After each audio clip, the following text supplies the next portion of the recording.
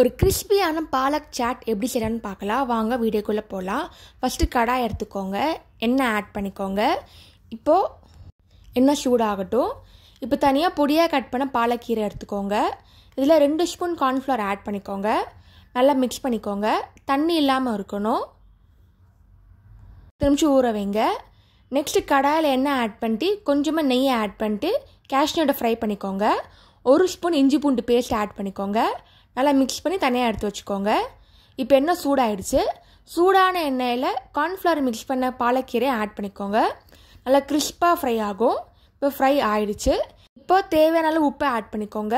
கொஞ்சமாக chilli flakes add பண்ணிக்கலாம். Fry பண்ண cashew nut ginger garlic paste add பண்ணிக்கலாம். அதாங்க ஒரு கிறிஸ்பியான கிராக்லிங் சாட் ரெடி ஆயிடுச்சு.